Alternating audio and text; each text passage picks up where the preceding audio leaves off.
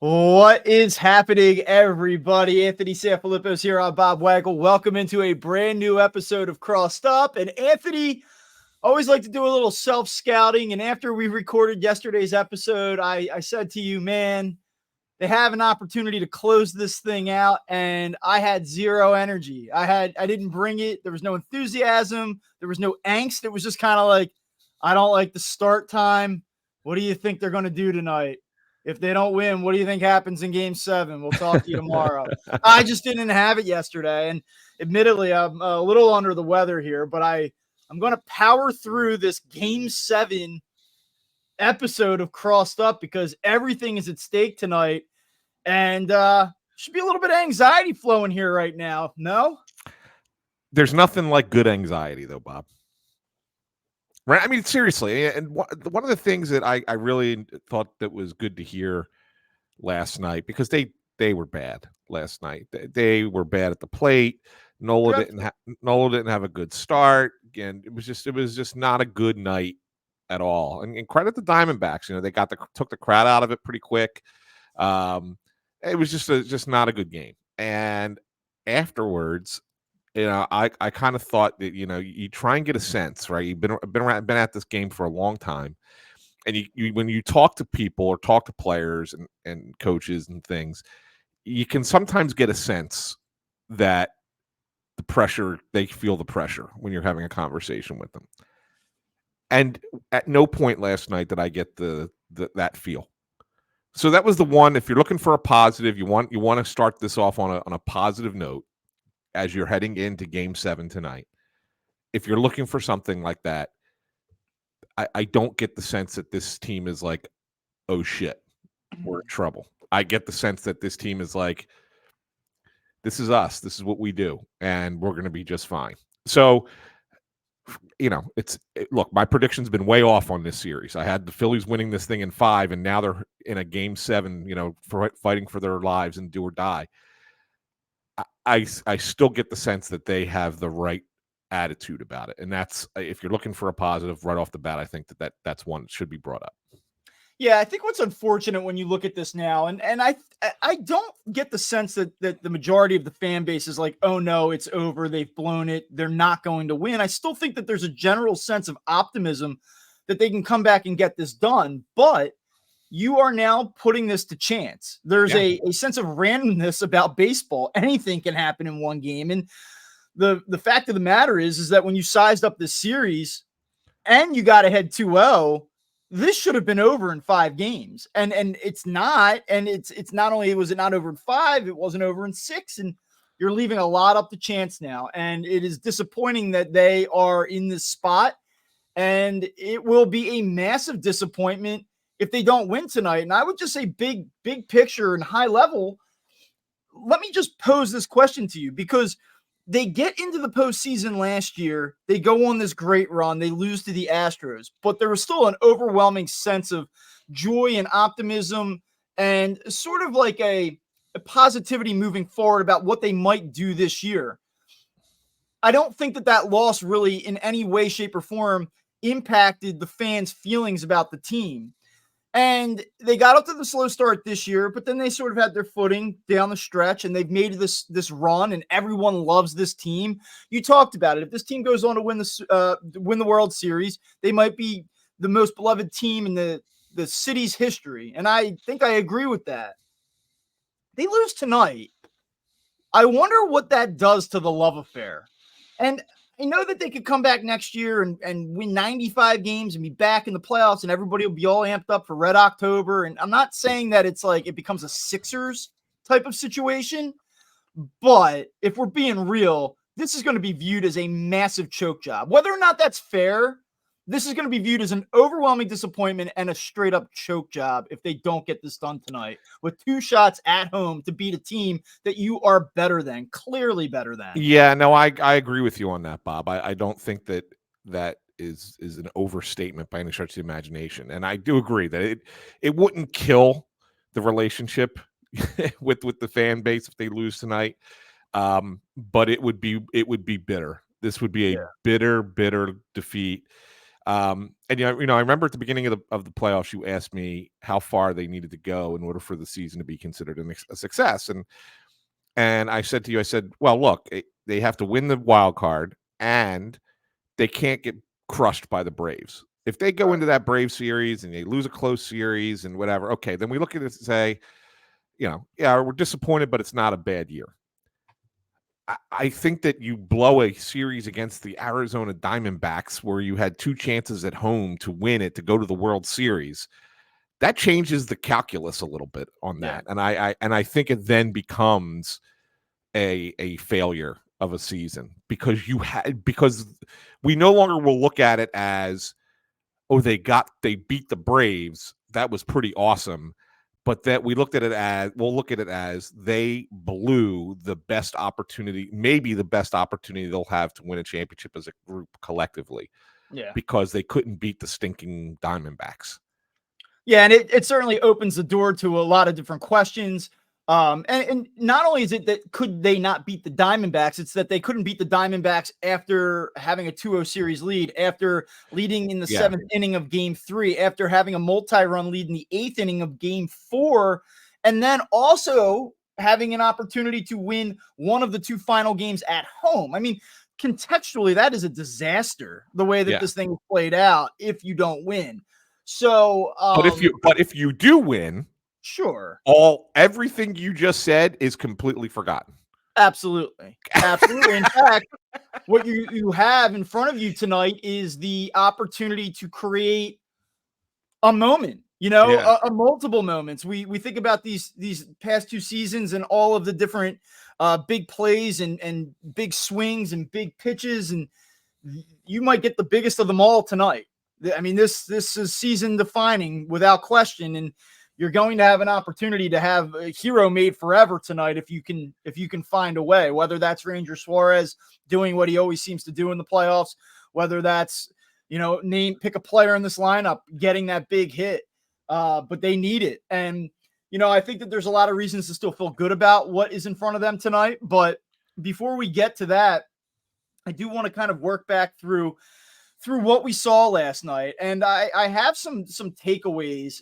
Some of them I think are sort of subjective. And then some of them are just, hey, these are the numbers and this is what we see. And so you look at Aaron Nola's start last night, if you listen to the show for the last 5 years that I've been on the side of, hey, Aaron Nola's a good pitcher, but I think we got to question him sometimes. And I have to say, like last night, you get into this spot, he comes out and he's so good in the first inning, and then he just gets, I guess he kind of got ambushed in a way in the second inning. He gives up the back-to-back home runs, and he gives up a 3rd run after that. I can't walk away from last night's game and say, wow, Aaron Nola let down the Phillies. I mean, to some degree he did. He wasn't good. He goes 4 1/3 innings and gives up 4 runs. It's not good enough in that spot. But I have a hard time killing him after what I saw in his first 3 postseason outings. Like he went 18 2/3 innings and allowed 2 earned runs through 3 postseason starts. He wasn't great last night, but I will also say that between the first, second, third, and fourth innings, it's 3-0 or 3-0 becomes 3-1. Like he rebounds after the second with 2 clean frames and like gives the offense an opportunity to get themselves back into the game a little bit. And they just never did. So, like, when I look at this game last night, I say, yeah, Aaron Nola was not great, and it'll be terribly disappointing if that's the last time we ever see him in a Phillies uniform, which is very possible. That being said, I thought this game was very much on the offense. And you go back to the start, 1 for 7 with runners in scoring position through 3 innings. I thought the Alec Bohm at bat in the first inning was an absolute disaster. 1-1 count. He swings at a slider outside of the strike zone, then takes a called 3rd strike on a fastball. It's just another spot with Alec Bohm in a big situation where he has not come through this postseason. In the second inning, you had Trey Turner leave 2 on, bad strikeout, 3 pitches, all outside the zone. Just some really poor at bats in big spots early last night. And then after that, you had Merrill Kelly with an increasing pitch count because they had worked him early, and a slew of Diamondbacks relievers that you go, like, none of these guys are special, and the Phillies couldn't do a damn thing against them. Poor approaches, over swinging, they didn't even have a runner in scoring position the final 6 innings of the game. I mean, what the hell is that, Anthony? Yeah, no, it was reminiscent of Game 3, but the difference is I thought Brandon Pfaadt actually pitched a good game against the Phillies, and I felt like more so last night, the Phillies just were just bad at the plate. Let me quickly address Nola. I agree with you. You're not going to sit there and pin the loss on him last night. The 2 home runs, the first one was just a terrible curveball. I mean, it just was a hanger. The second one, the home run by Gurriel, was a fastball in. Rob Thompson said after the game that they wanted it up, and they didn't get it up, so it was down. But it was in, and so I think you got to give the batter a little bit of credit on that one. But then after that, the walk and a double, like that's the stuff that drove people crazy about Nola. I think it was the 2 at bats after the 2 solo home runs. Because all right, it's 2-0, fine, but then you walk a guy and then you give up a double to freaking Evan Longoria, right? Who's older than you, Bob, right? I believe, and I think that's where you're saying the inning's getting away from him. He's got to shut it down. Look, home runs happen. It's okay, but you got to stop it. And that's where he didn't. So, but then he did to his credit, come back out, throw a good third, throw a good fourth. And then, then he gives up the triple and then he's got to come out of the game. And I kind of don't pin, I sort of don't pin what happened in the 5th inning on him. And, I'm not a big blame the manager guy. Players play, occasionally there's a decision or two that's made that you do second guess. And in real time, we're talking last night at the game and you were surprised that they let Nola face Corbin Carroll in the 5th inning with 1 out. And I said, well, you look at what he did in the 3rd and 4th innings, he had started to kind of gain some momentum. They obviously wanted to conserve the bullpen trailing. They don't want to burn through all their high leverage guys. I get all of that. But then Carroll works a deep at bat, works, I think, probably 7 or 8 pitches. It ends on a single up the middle, pretty hard hit ball. And given what Marte has done in this series, having Nola go to him for a 3rd time, I thought was a mistake. And I thought it was a mistake in real time, as I know you did too. And I just don't feel like in that situation, in a 3-1 game, that you play so passively. They've been so aggressive with their bullpen throughout the postseason. I know Nola has been great, and he had been pitching well into that inning, but it just felt like a mistake in real time, and it burned him immediately. Yeah, and so the interesting thing here is, Bob, and we should probably point this out because it certainly wasn't pointed out on the broadcast. If you think you're getting anything of value on that broadcast, you're out of your mind. But that TBS broadcast is terrible. They actually had, so I don't know what they were doing in the bullpen because they had Michael Lorenzen get up in the 2nd inning and the 3rd inning. Okay, so he had gotten up twice. He got up in the 2nd inning. Nola gets out of the inning. He sits back down. In the 3rd inning, they have him start throwing again, but Nola had a good 3rd inning. It was kind of a quick inning, right? Okay, he sits back down again. 4th inning, they don't have anybody up. It's except for towards the end of the inning, Matt Strahm starts to get loose. And I'm thinking to myself, okay, so they're not going to let Nola go back through the top of the order again. As the 5th inning is starting, Strahm is really like he's now throwing hard in the bullpen. And I'm like, you got to be going to Strahm. Who else are you bringing Strahm in for? But you got Perdomo's a switch hitter batting 9th. And you would rather him bat right-handed. You have Corbin Carroll's a lefty, and then you have Ketel Marte, who's much better left-handed than right-handed. So you want to turn him around to the right side. So I'm looking at it where they're at in the lineup, and I'm thinking to myself, they got to be bringing Strahm in for that, right? But then he leaves Nola in to face all 3 batters. At which point, now after Carroll's single, you've sat Strahm, they sit Strahm back down, and it's like, oh shit, we better get Lorenzen back up. So now they get Lorenzen up a 3rd time. And meanwhile, he's not ready. So Nola's got to face Ketel Marte. I think it was a mismanagement of when the bullpen pitchers were ready. And they'll not say that. They'll not come out and tell you that we screwed that up, right? But I mean, if you're paying attention to what's going on in the bullpen and when guys are up and when they're down, none of it made sense. And I think that they mismanaged how they were getting their pitchers ready in that moment. And I think that cost the Phillies the fourth run of the game. There's really not much else to be said about the game beyond that moment, because once that fourth run scores, and the Phillies didn't threaten again the rest of the night, so it didn't really matter what they did with in terms of who they brought into the game or what they did from a strategic standpoint. There's nothing to really discuss. The Phillies were simply just beaten at that point. That being said, I do want to talk about the Phillies using Craig Kimbrel last night and using Orion Kerkering last night. I was willing to concede after maybe one rough Kerkering appearance that, hey, listen, that's the sport. Things happen. I don't think that this is necessarily a signal that he's not ready for the moment or that this is too much for him. After I've seen it 3 times in the series now, I would say pretty clearly he's not ready for this. And it's not really an attack on him, but what it does do is it draws back to a larger question. And I think a criticism that you're going to hear quite a bit if things do go sideways tonight, the fact that they've had to consistently go to Kimbrel and Kerkering in the series despite poor results. The Phillies made one big time in season pitching acquisition, and it was Michael Lorenzen, and the early returns were great. He had that good start against Miami his first time out. He threw the no-hitter against the Nationals. Okay. And then he quickly became almost borderline unusable. They don't view him as a medium to high leverage reliever. That's why he's only made 2 postseason appearances.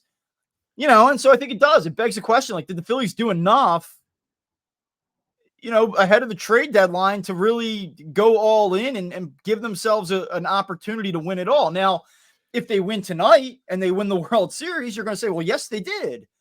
And if they don't, I do think, I don't think this is a situation where the result should necessarily be indicative of the reality. And the reality to me is that they didn't do enough. And they might get away with it anyway, but I can't overlook the fact that they made a free agent signing in Taijuan Walker, who we talked about the fact that if you don't use him, what does that say to him, right?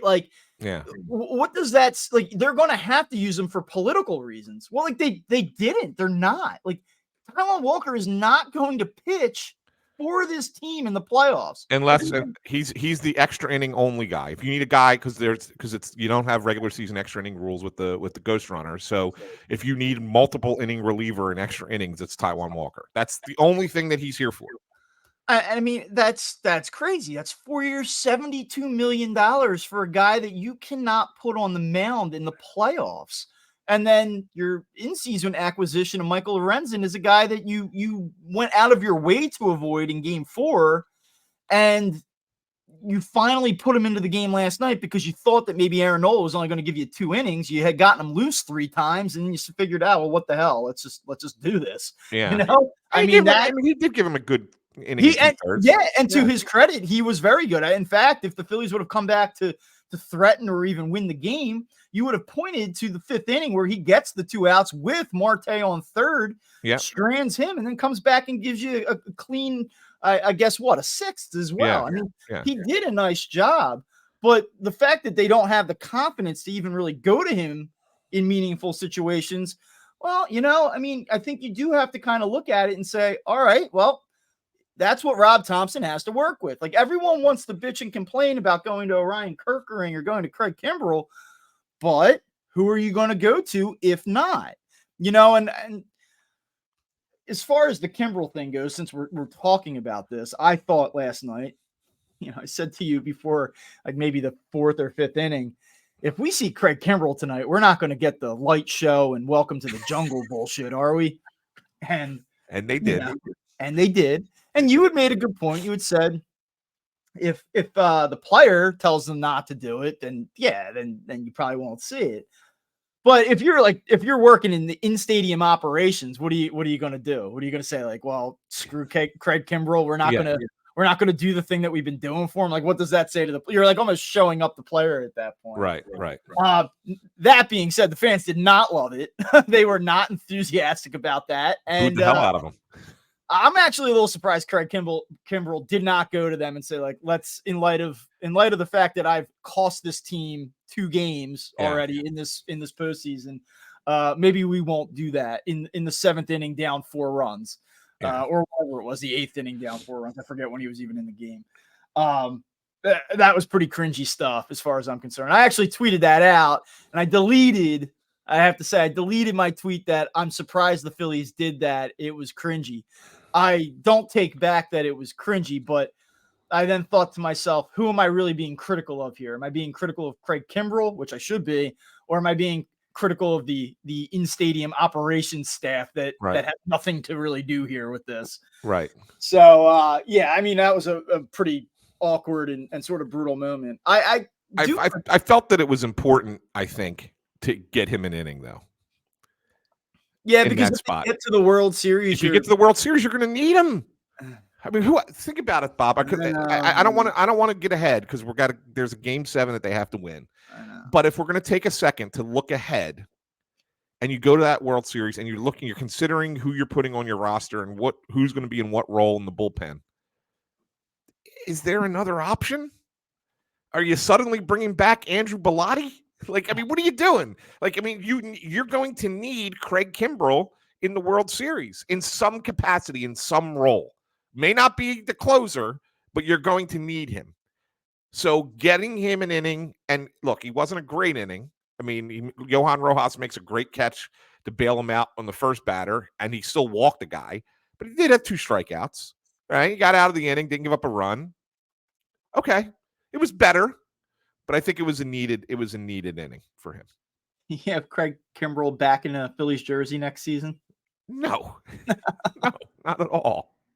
Not at all. Oh my God, what a mess. Well, I want to talk a little bit about the crowd because the crowd has been so much a part of this postseason story. Just kind of interested in getting your thoughts on the crowd last night, and I have a couple thoughts. We talked about this at the start of the show yesterday, the 5:07 start time, and I wrote about this in the newsletter this morning. It's a junior varsity start time. Like, yeah, it is. You play JV basketball at 5:07 p.m. You don't play Game 6 of the National League Championship at 5:07. Television aside, like, it was lame. It felt lame. And there has been a noticeable difference. Mm-hmm. And this is what I was afraid of last night. There's been a noticeable difference between the crowds and the 5:07 start times and the 8:07 start times. And there's multiple factors for that. One, you're later getting over there, right? There were a lot of people. If you looked at about 10 minutes before the game, 10 to 15 minutes. There was a lot of empty seats. Yeah, I was like, oh man, like what is going on here? Now they filled it up pretty much by the time first pitch rolled around. But you go back to when you have an 8 o'clock start time and you look 30, 40 minutes out and the place is pretty much packed at that point. Yep. So fans are a little later getting in. And then if we're being real about it, I do think that there's a tailgating and alcohol element to it. Yeah. Where you just don't have the ability to go out there and have your 3 or 4 beers and get loose and get pumped up. And again, 45,000 people are down there. How many of them have alcohol in their system? I don't know, maybe 15,000 of them. You know, I don't even know what the right number is. There's a lot of kids out there, right? It's irrelevant. It's irrelevant. The fact of the matter is that you want to start a game at 5 o'clock. It better be on a Saturday or a Sunday. Yeah, you're just asking people to kill a work day, rearrange things, get down there. It's bad. A lot of people really probably giving tickets away because they can't utilize them. So I don't know. I thought that there was a little bit of an edge missing at the start of the game. Now, I will say this. The Phillies have done a really good job of giving the fans something to feed off, throughout this postseason. It was the first time yesterday that they had a multi-run deficit at home. It was, I think, the second time all postseason that they've had a multi-run deficit. 6-0 at home during the playoffs.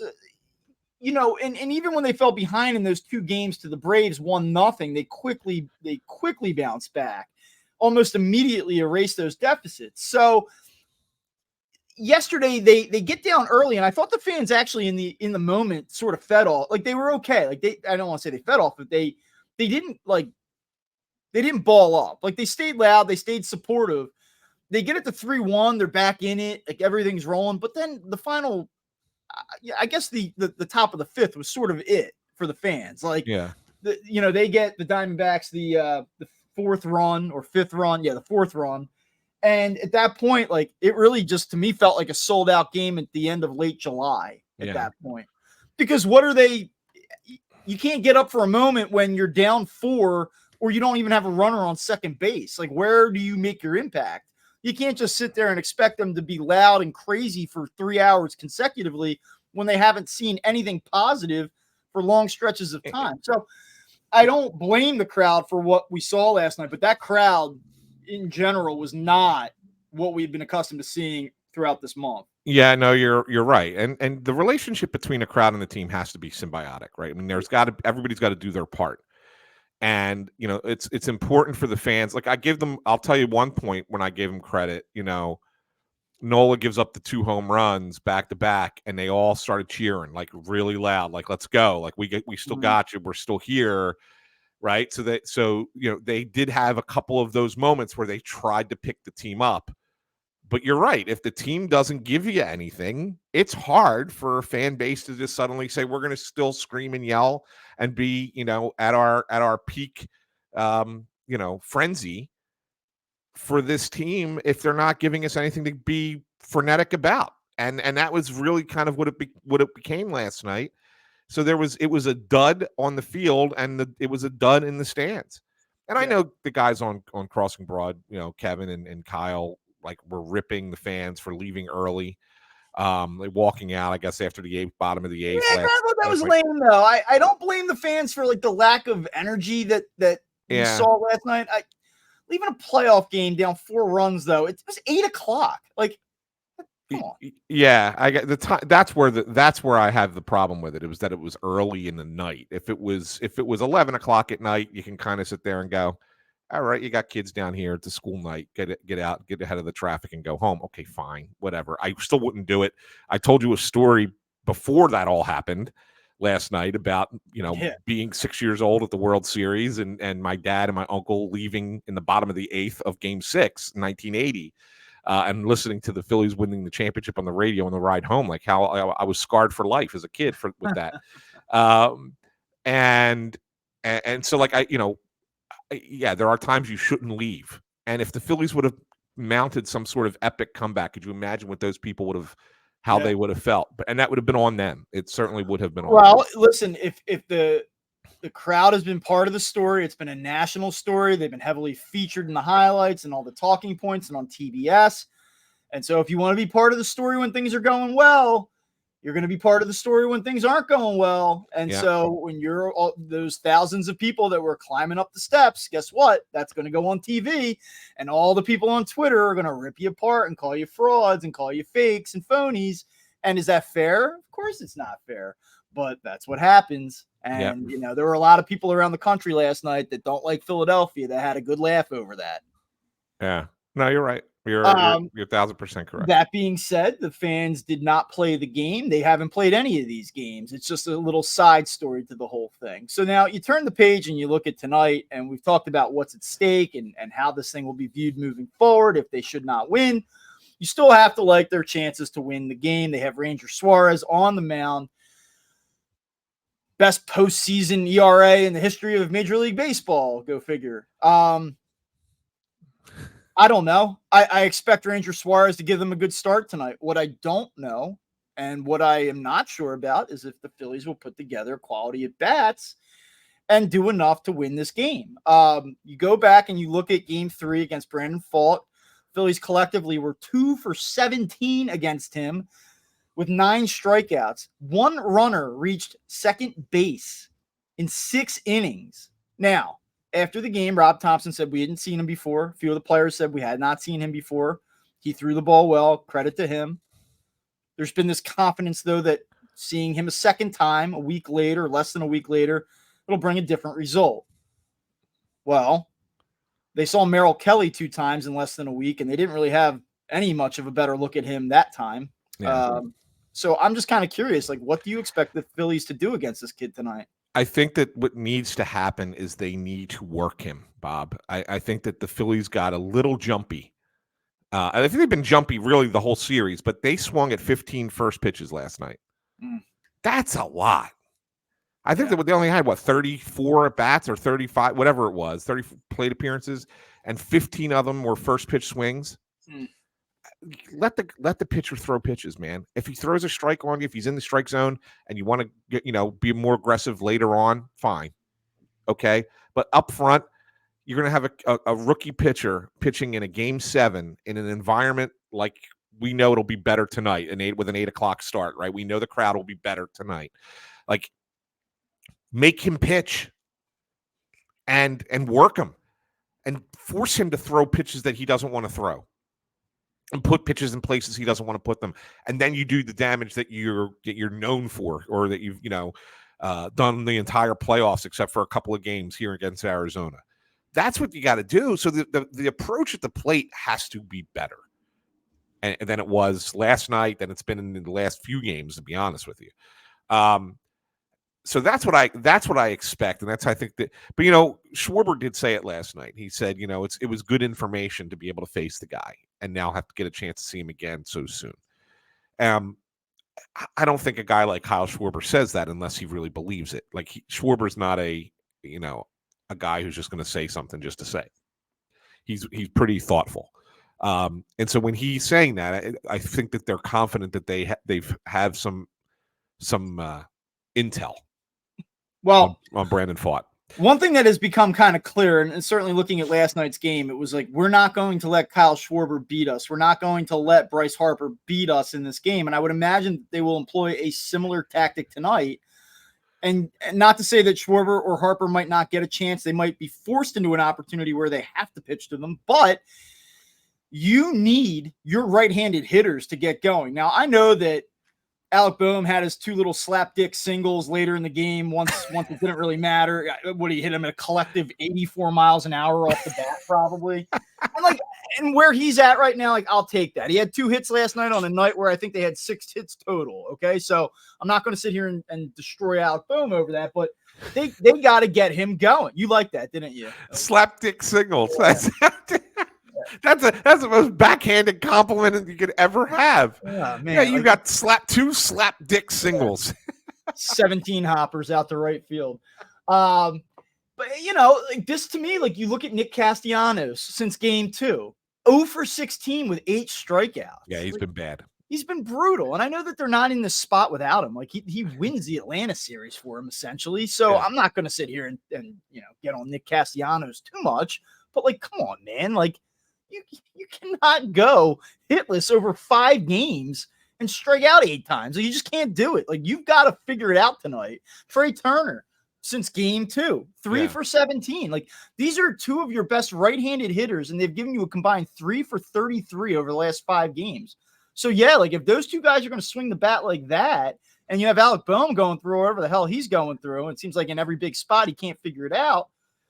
Well, yeah, why would you go after Schwarber? Why would you challenge Harper? The Phillies have to find a way. And, and Bryson Stott probably shouldn't be totally exempt of criticism either. He's had a couple big moments. He had a few, he had a big hit the other night.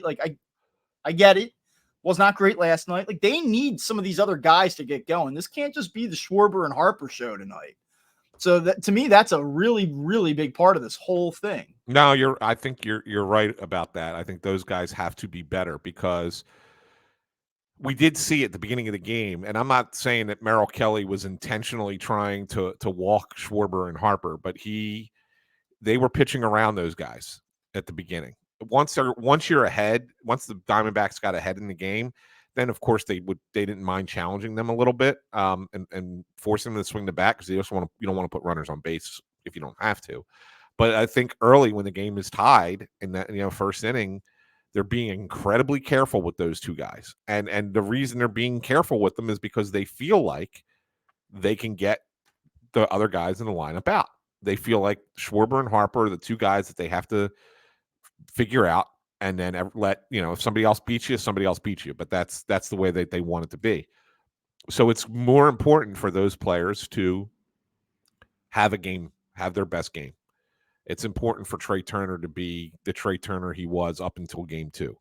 It's important for Nick Castellanos to go back to being the Nick Castellanos from the Atlanta series. It's important for Alec Boehm to finally do more than just get slapdick singles, for lack of a better term.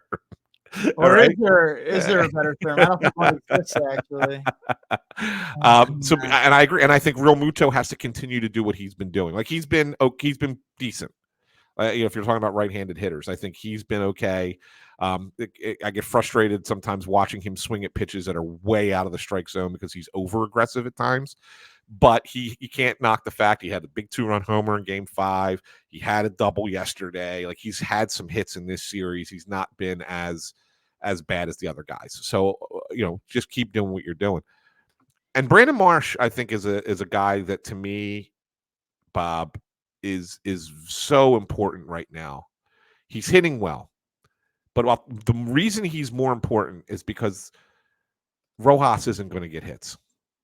So basically, Johan Rojas is in the game because he's a very good defensive player, and it's like having a pitcher bat right now. So you basically have taken the DH away at this point, and as a result of that, you need Brandon Marsh to be a guy that's getting on base. Because if you're going to have Schwarber come up, you want somebody on base.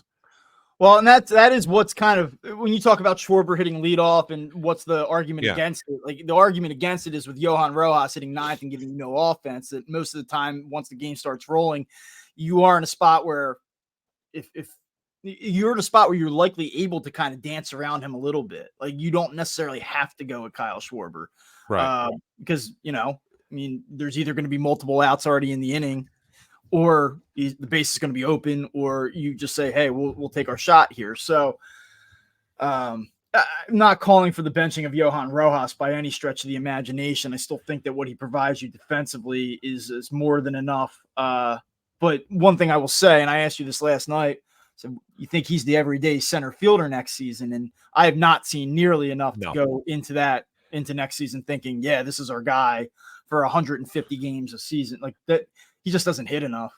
No, he does not. His bat is certainly not ready. And I think one of two things is going to happen with Rojas. Either they're going to, keep him in the organization, send him back down to the minor leagues, let him figure it out, get the bat going, let it catch up to where it needs to be a consistent everyday player at the major league level, or he becomes trade bait because he had a really nice second half of the season as a rookie. So one of those two things is going to happen in my mind. I do not think he starts the year as your center fielder next year. No.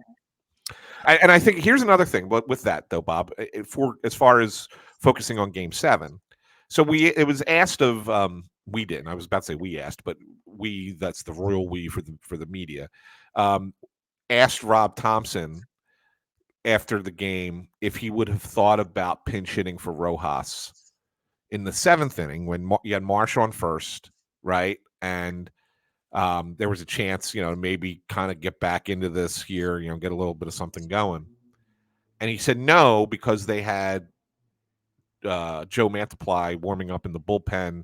So if he goes to Cave there in that spot, then they bring in Mantiply, and then you got lefty on lefty, which is not a good matchup. And I said to you, if you're down in a game and it's late in the game like this, wouldn't you still be better served to force the hand of the opposing manager? It's all right. Here comes Jake Cave. Do you want your right-handed reliever against Jake Cave, or do you want to bring in Mantiply and then I'm going to bat for Cave with Edmundo Sosa or Christian Pache against the lefty? Like, force his hand. Make him make a decision. Yeah. By not doing it, you're basically just saying you're right-handed pitcher who doesn't throw hard, and Rojas cannot hit breaking balls because that's what Ryan Thompson does not throw hard at all. And all he uses is junk, and Rojas can't touch it. You're basically giving him an automatic out. Like, at least make him make a decision. What does he want? Would he rather Cave versus Thompson or bring in Mantiply and you get a right-hander who hits lefties coming off the bench? Yeah. And he didn't make that move. And I know that the spot could have come up again in the 9th. Cave was on deck when the last out was made. I get it. But I think you're in the moment, runner on base. You have a chance to get at least within a run, if not two. I think that you have to make a move there, and they didn't, and I thought that was poorly managed by Rob there. Yeah, well, as you said, tonight is what it's all about, and all of the things that have happened that have gone wrong to this point will not matter at all, and will never be talked about if they can win. If they do not win, man, there are going to be a lot of questions, not about just what went wrong in the series and what could have been done differently, but also what happens moving forward. Because while we all get wrapped up in the moment, we all get wrapped up in this playoff run and potentially winning a championship, when the season ends, there are going to be a lot of questions for this Phillies team. Yeah. Many questions, and there are a lot of difficult ones too. Win or lose. Win or lose. Win the World Series or lose tonight, lose the World Series. Whatever the case may be, right? It's going to be, there are a lot of difficult questions. So you're spot on with that. Do you have a one last thing? I do, but before we get to one last thing, I just wanted to kind of, because this is what's in my story that, by the time this is out, it is on Crossing Broad. We don't have a great history with Game 7s in Philadelphia. So obviously there's no. To be fair, most of them have been played by the Sixers, which is the Sixers have played 18, and they're 6-12. Mm-hmm. The Flyers have played 17, and they're 9-8. And this is the first one ever for the Phillies. Obviously, there's no Game 7s in football, but it's really been a while since Philadelphia has won a Game 7 at home. The last Game 7 we had was Sixers Hawks. That's the Ben Simmons passes the ball under the basket game, right? And they lose that game to Atlanta. That's the last time we actually had a Game 7 in Philadelphia. There have been Game 7s on the road, but that's the last one that was here in the city. The last one that they won, and technically was the last one before that, you have to go back to 2003 for a Flyer series against Toronto, and they won 6-1.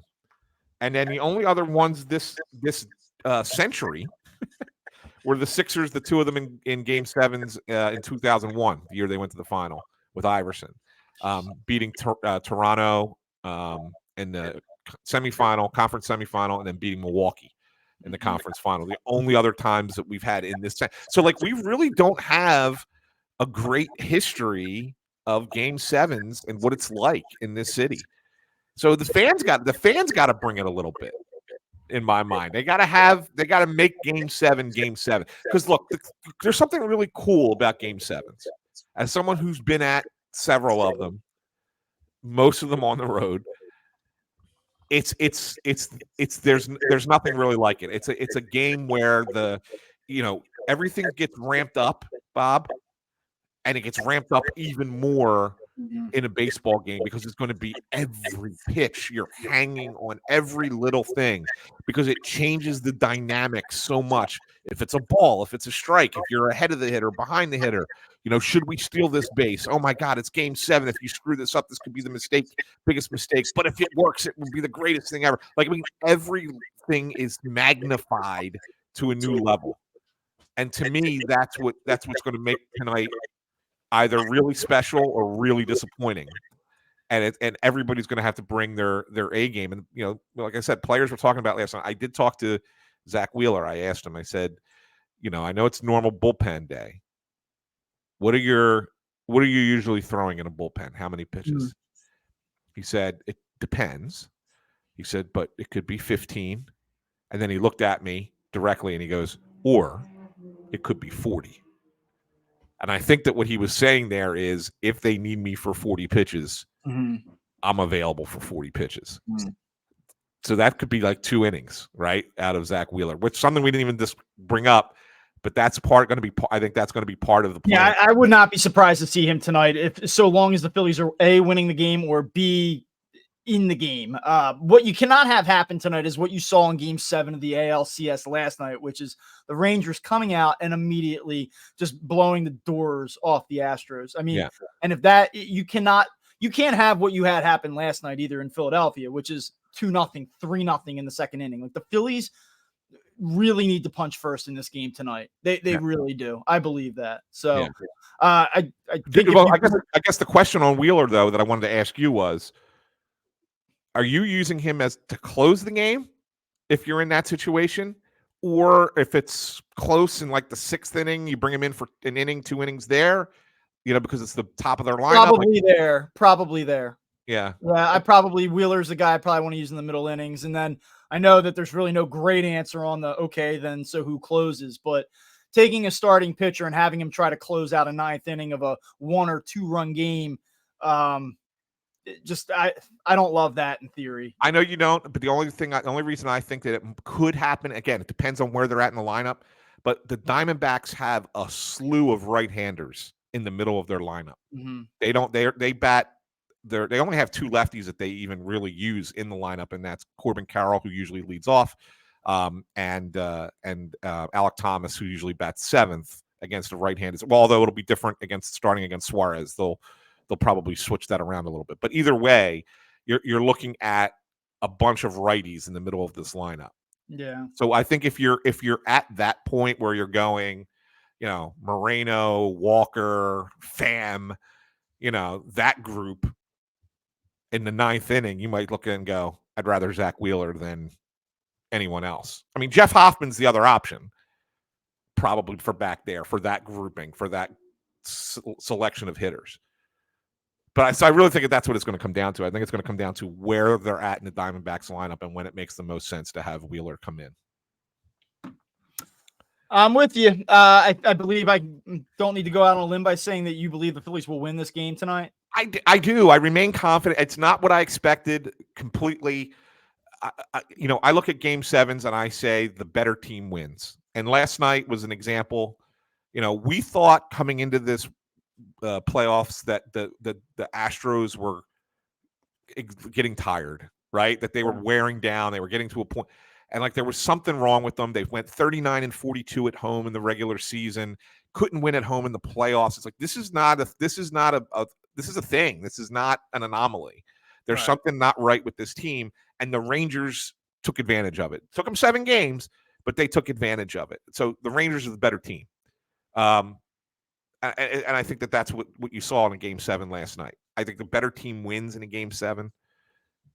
So I'm going to, especially with one with the World Series on the line, I'm sticking with the Phillies. Give me a score.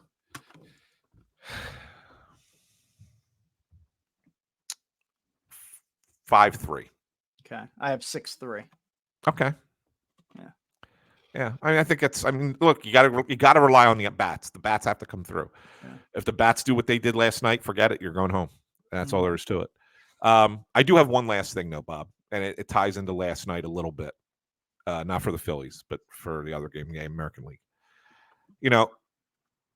Dusty Baker got his first World Series championship last year. Everybody was a big story in baseball. Everybody was happy for him. Very well-liked guy, well-respected manager who's had success, but just had never won. He's getting older now. He's 72, I think. They lose last night. Was that it for Dusty? I think so. In fact, I believe I read a tweet earlier that he had told some people that he's probably done. Because they asked him in the press conference, and he didn't give an answer one way or the other, which usually tells you that it's the other. Yeah. I don't know. So take this for whatever it's worth, but talking baseball. Yeah.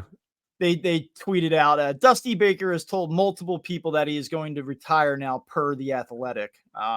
So I don't know. Wait, who does talking baseball? That's a John Boy Media. Not John Boy, right? Yeah.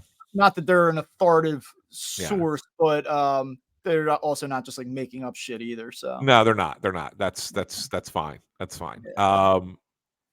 If it'd be interesting if Flipping Bats put that out. Yeah. Yeah. Well, because Ben Verlander, right? It's his brother, right? So you might get tells multiple people, right? Okay, there you go. Yeah. That would kind of give. Yeah, And I think that's a disappointing thing because he's a great guy, and I'm not a fan of what Houston is. I kind of revel in the fact that they're not going to be there a little bit. As much as I thought it would be fun for the Phillies to be the team that beat them. No home field advantage now, so things Yeah. are warm against the Phillies here in the last 24 hours a little Yeah, bit. a They've little got to bit. play Game 7, no home field advantage, no fun storyline about revenge. Yeah.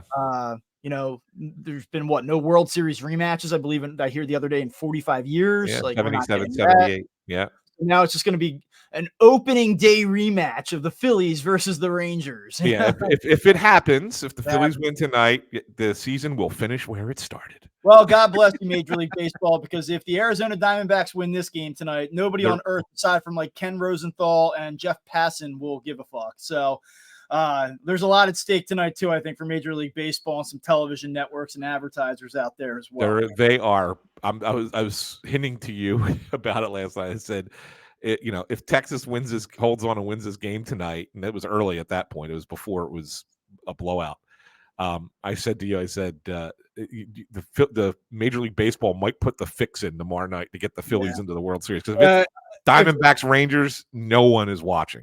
So I always say, like, during this time of year, once the Phillies go out, it's I call it Netflix season, or like 30 for 30 season, because Tuesdays and Wednesdays I'm not watching this. So, like, I'm not watching Diamondbacks Rangers. I'm not going to do it. I just can't do it. It's been a long season. I'm tired. You're tired. Like, I know that you love the sport. I love the sport too.